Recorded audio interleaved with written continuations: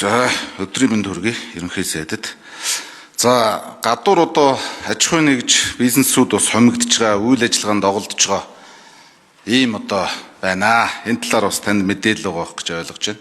Тэгээ яг одоо энэ аж ахуй нэгж бизнесүүд ер нь хомигдоод байгаа нь, үйл ажиллагаанд доголдоод байгаа нь яг одоо энэ данхар төр мөн одоо татварын дарамтаас болж байгаа гэж яг та бодож байна уу? Энэ бас нэг шалтгаан гэж ингэж ойлгож байна.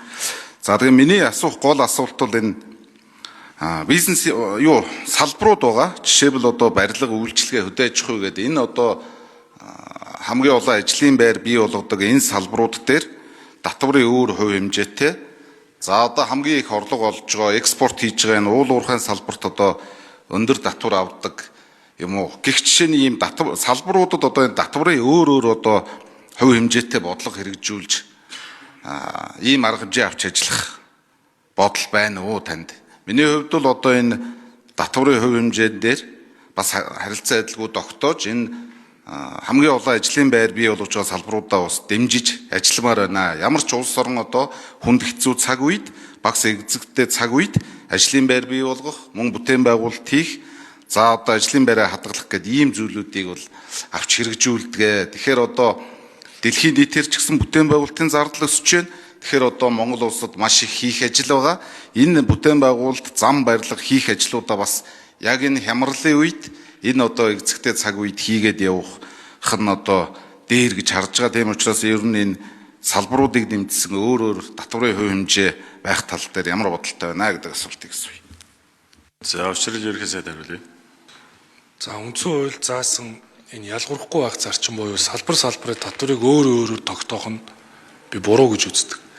Хэрвээ харин өндөр орлоготойгоос нь илүү татвар авч тэр дундаж давхаргаа дэмжих нь л өөрөө зөв бодлого. Тийм учраас энэ шатлсан татвар руугаа алхамаар явах нь бид нар чинэлэг дундаж давхаргыг бий болгоход том нөлөөтэй байна. Өнөөдөр топ 100 аж ахуй нэгж татварын орлогын бараг 65%-ийг тэдэл бүрдүүлдэг.